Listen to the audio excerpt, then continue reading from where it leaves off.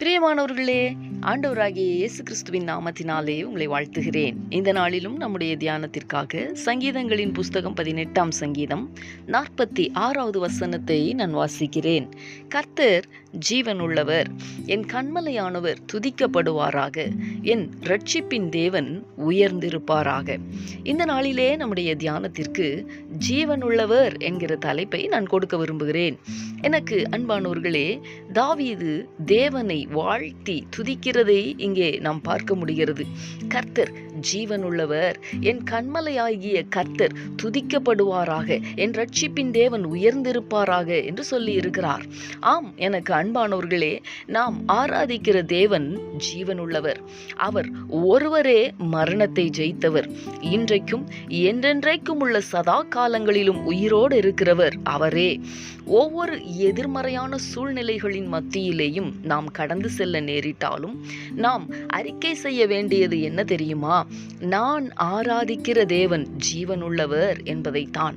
பக்தனாகிய யோபு தான் எல்லாவற்றையும் இழந்து நின்ற போது, தன்னுடைய சரீரத்திலே ஆரோக்கியத்தையும் இழந்த போதும் அவர் அறிக்கை செய்த வார்த்தை என்ன தெரியுமா? யோபுவின் புஸ்தகம் 19வது அதிகாரம் 25வது வசனத்திலே, என் மீட்பர் உயிரோடு இருக்கிறார் என்பதை அவர் ஆணித்தரமாக அறிக்கையிட்டிருக்கிறதை நாம் வாசிக்கிறோம் அல்லவா?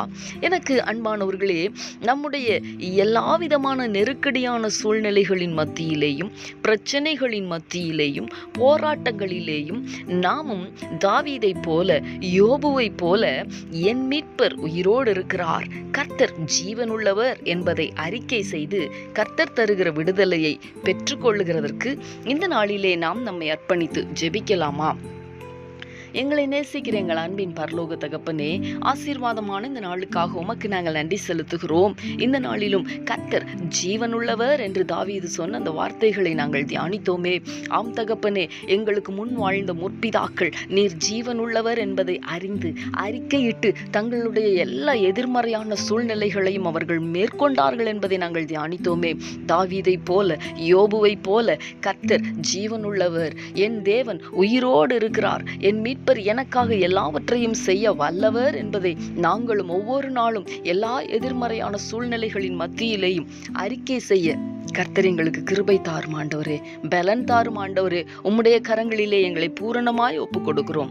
இயேசு கிறிஸ்துவின் நாமத்தில் வேண்டிக் கொள்ளுகிறோம் நல்ல பிதாவே. ஆமேன், ஆமேன்.